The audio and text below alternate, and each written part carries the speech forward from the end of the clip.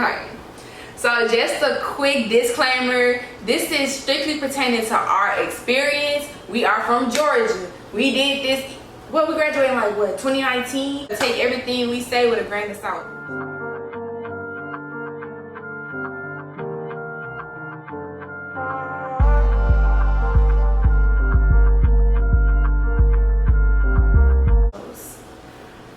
My name is Caitlin. I'm a freshman psychology major at Howard University from Albany, Georgia.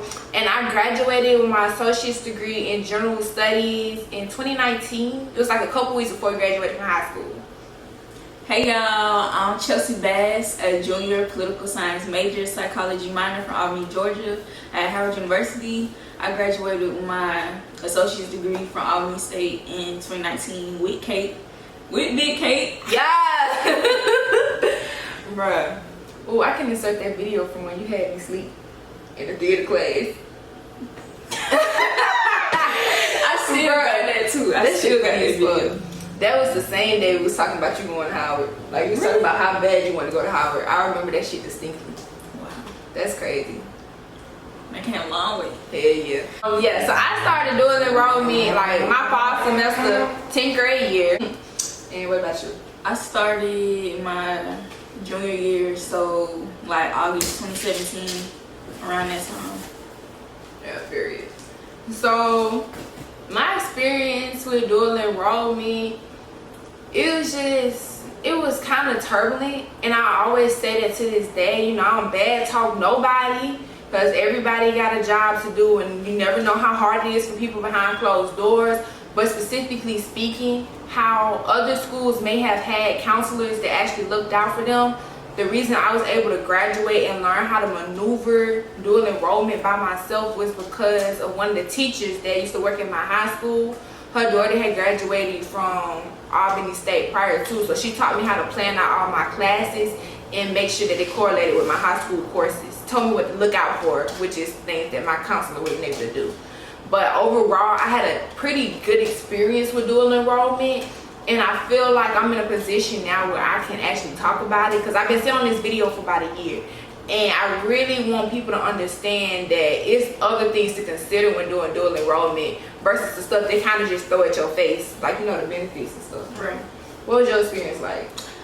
My experience with dual enrollment, it was straight for the most part. My counselor, she kept me right the whole time. At school, she always made sure that like I was in the right classes so that I was on the path so that I could graduate on time. And my advisor at Albany State, my advisor got changed like 3-4 times, but the last one, she looked out for us, especially at the fact that they knew we was still in high school and didn't really know what we was doing or what we wanted to do. We just knew we wanted to graduate. And yeah, so yeah. So, like, as far as tips and advice goes, I definitely say before you start dual enrollment, and again, let me also say that both of our appearance will be completely different, because even though we're from the same county, our schools and resources were completely different. When you're just thinking about doing dual enrollment, what is your sole purpose?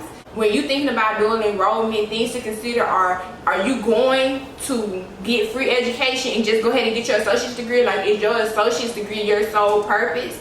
Are you going because you need a GPA booster? Maybe your 9th and 10th grade year, you played around a little bit, so now you're trying to get in classes that are not AP, but will still be able to boost your GPA up, you know what I'm saying? Because what some people don't know is that AP and dual enrollment classes, back when I was in school, they get the same amount of points, because your school gets points when kids are in AP classes, and same with dual enrollment.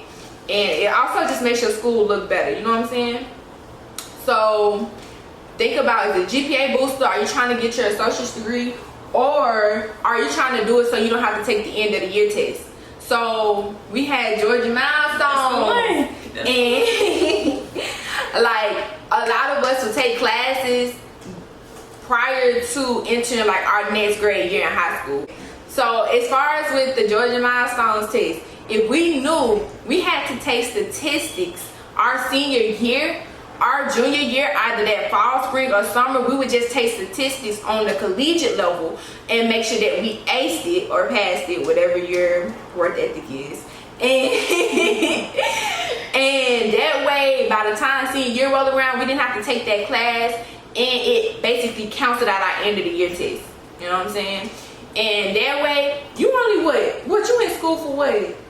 How many weeks is in a semester? Maybe like 16 weeks versus a whole year. It's very convenient. I say go ahead and get them classes out the way. That was another thing. Some people would do it for that reason as well. And then some people just want to graduate high school early. I wasn't one of them people, but you know, there's some people that's what I'm talking about, like have your purpose. And then some folks just want the experience. Like some folks just want the experience to be on college campus and shit. Scrap it. Also, do you think there's anything else they should be aware of? I would say, like, if you're gonna do dual enrollment, just go into it knowing that college courses is not the same as high school courses at all. And not to say that it's more difficult, but it's more strenuous and you do have to put in more work. And it might not be as hard as AP class at high school, but you really have to be like independent. Your high school teacher is gonna push you to do this, that, and the third. Your college professor, they don't care. They're gonna pass you or fail you with a smile on their face at the end of the day. She ain't lying.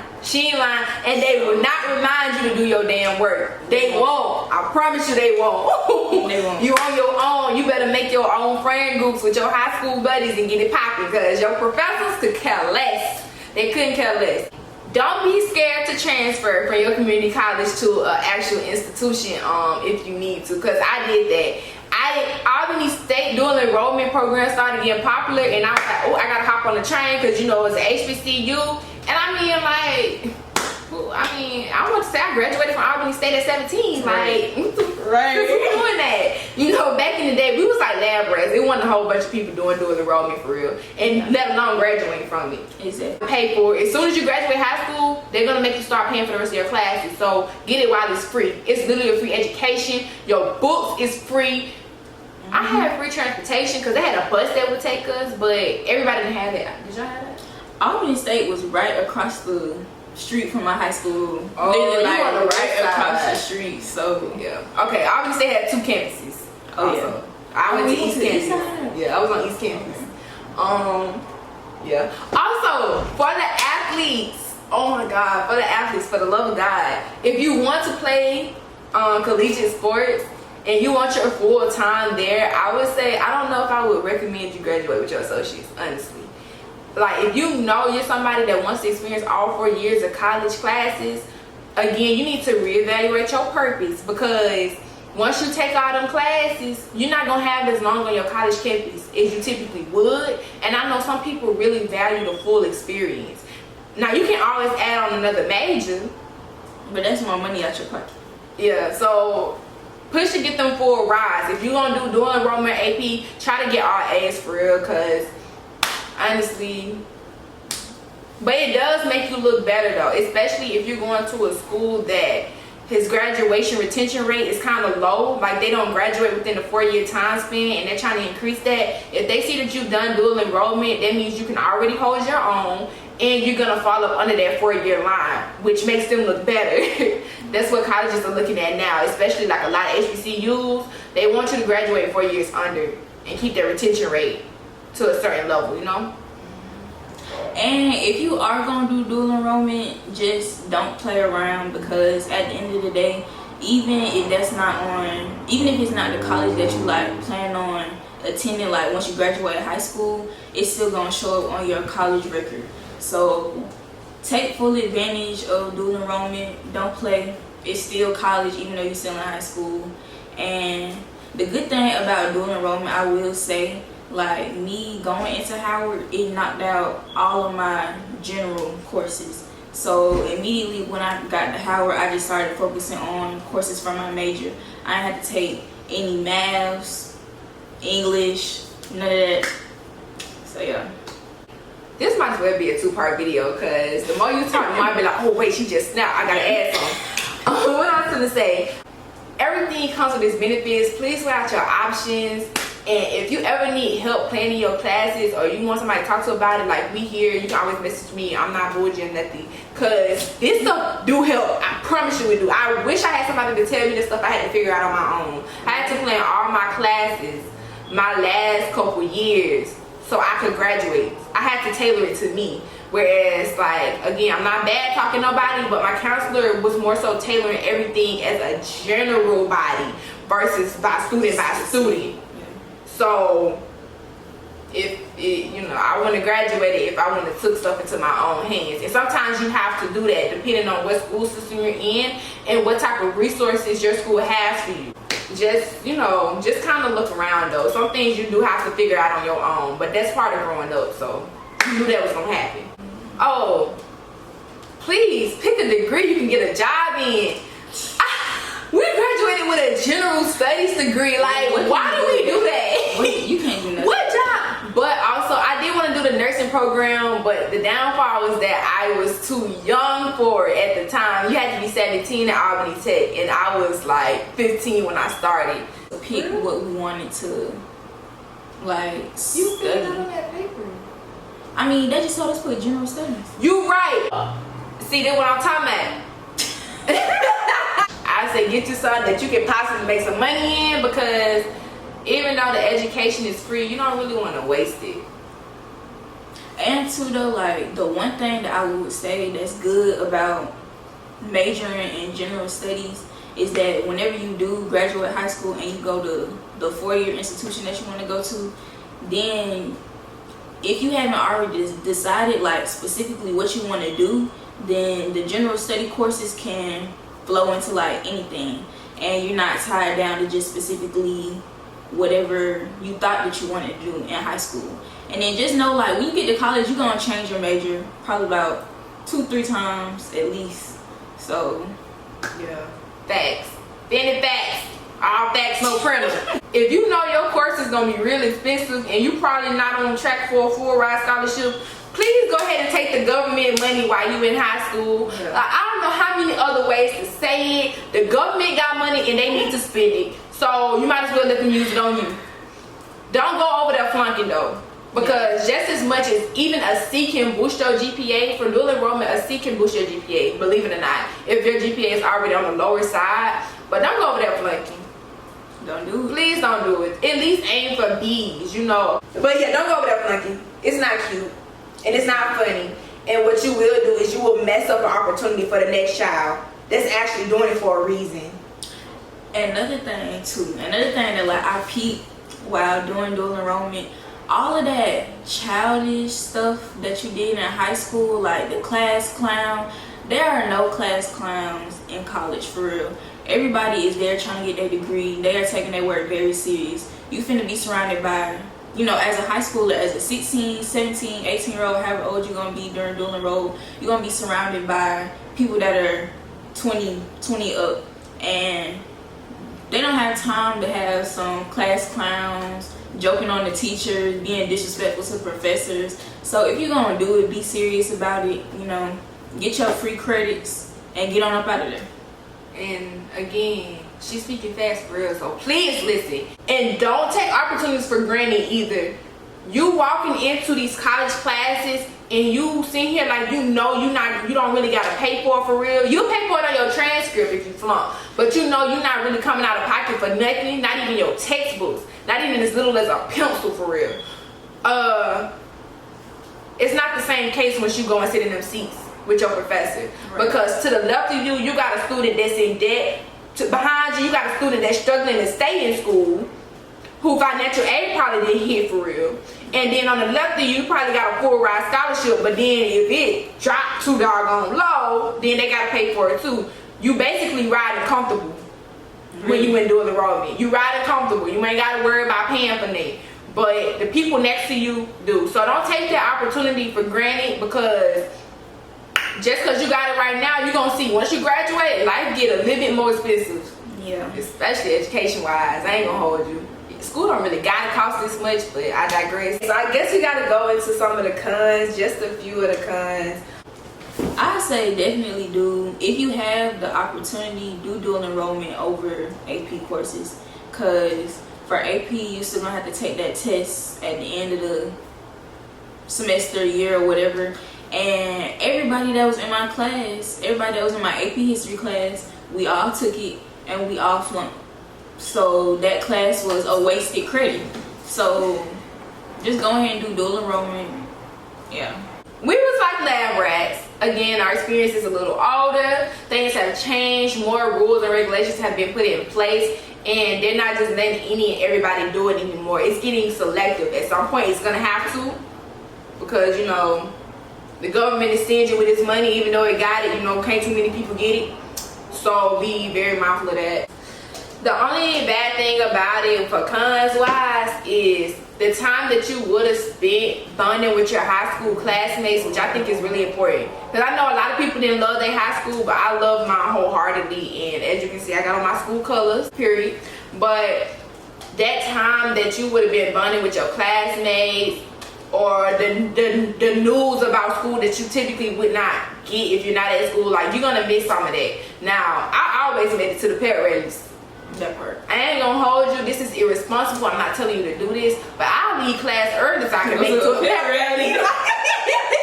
I remember early. And I'm gonna celebrate my classes. I was really big on that. It was a lot of dual enrollment kids. You will see detaching from their high school environment really early on. I'm not saying it's wrong or right. I'm just saying that if you value all of your life experiences and you love having those memories and building those with your classmates, there's a possibility that you will lose them because you're not in class joking and picking around with them and, you know, trying to figure out all the answers with them. So, you know, just kind of be mindful of that. You may have to work a little bit harder to maintain those relationships. I definitely grew apart from people not being in class with them, but, you know, it came with its perks too, because anytime I missed school or missed class and stuff, I could always blame it on dual enrollment. I don't know, because I mean, for me, like, okay, the school that Kate went to, they had the most school pride. They was the most hype school, the most lit school. I'm shade room. They stayed going viral for some. My teacher's still going viral. Our cheerleader's still going viral. They stayed going viral. And see, my school, it was right across the street from the campus. And I didn't too much care for nothing Westover related for real. I would leave and go to the pet rallies and stuff. And, like, you know, once I finish my classes on campus, I'll go over and get free lunch from the cafeteria. I feel like I didn't really miss out necessarily because our school hated us. Our principal hated our class of 19. And, yeah. That took a turn. Not your school hated it. Oh, I'm dead. Dog. It's the truth though. Let's see, be my. Oh! I ain't even touch on this, y'all. Do not take night classes if you ain't got to. Oh my mama. Let me tell y'all something. Oh, okay. I was trying to graduate with my degree. As soon as I found out about it, I had to instantly get on my grind. That required me to take classes I did not want to take. At times, I did not feel comfortable taking them at. So I took 5 college courses on top of my high school classes, y'all. I had to also maintain extracurricular activities, make sure I was taking care of my younger brother, as well as trying to balance 5 college classes on top of that. And I was the one planning all of my classes out. I had to take 5 classes, fall, spring, and summer, year round, until I could get my freaking degree. Because I knew, I was determined at that point I had came too far to not graduate my associate's degree. So I was like, you know what, I just got to put the grind in. It's not going to last as long. And once I come out that storm, I can be like, yeah, I made it through. So did that. But them night classes will eat you alive. Because I used to take naps after high school. I would go pick my brother up from school, come home, take a nap, and then I would sleep through my classes one time. I woke up late, I barely made it. But also, your spring break for college is different from your spring break for high school. Right. And let me tell you, when I was on high school spring break, I used to forget about my college classes. I ain't had not damn alarm set when I was taking my nap. Right. I said, oh, and then I came to school so late. I came to my college class so late one time. The class had ended. And I told my professor, I was like, I am so sorry, Professor Hubbard, but not Professor Hubbard. Yeah. Oh yeah, this is a very specific experience. This is an event. That whole week, I was messed up, and I couldn't really go on vacation. Like, you can still take vacations and stuff. Of course, you just let your professors know. So yeah, basically just remembering your purpose, not taking opportunities for granted, not taking seats from the next person. If you're thinking about doing dual enrollment, or you're in dual enrollment right now, you're probably coming up and finna graduate, big apply to you, because that's a lot. Like, if people that are not doing dual enrollment, like, I am proud of you for saying that you're not going to be able to handle this. Like, you're not going to be able to do it because you know yourself and you know your limits, or you know what your end goal is and how you want your journey to look. But to the people that are going to do dual enrollment or heavily thinking about it, you came and you clearly are on the right track because you're doing your research first. Right. Props to you, because not only are you actively living life as a teenager in high school, you have to worry about your mental stability, your physical stability, your home life, school drama, your school friends that's probably ain't really your friends, and then you gotta worry about high school and college mixed in together. On top of that, big ups to you.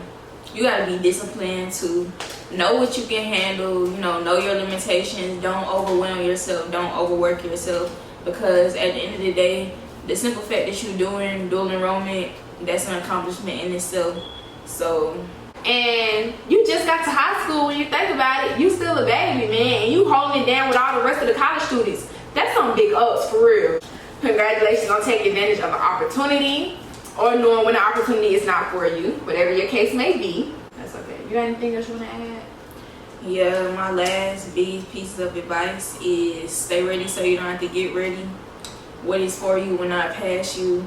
And what's the last thing I said? Delayed does not mean denied. Move on your own pace. Don't be worried about what the next person has going on, because everybody has a different journey. So just stay true to yourself. Do what you gotta do.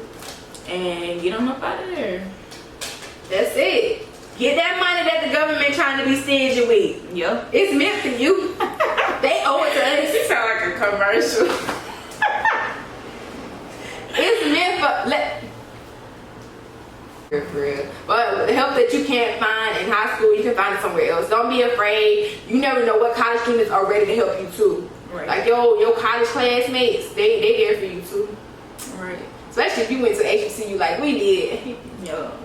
The unsinkable Albany State. Unsinkable. Keep going. This is just the beginning. Cause, gonna be some time when you want the end. I ain't gonna hold you. I ain't gonna hold you. But stick it out, put your grind on, your hustle on, you gonna be straight. And again, thank you so much for watching, and we out.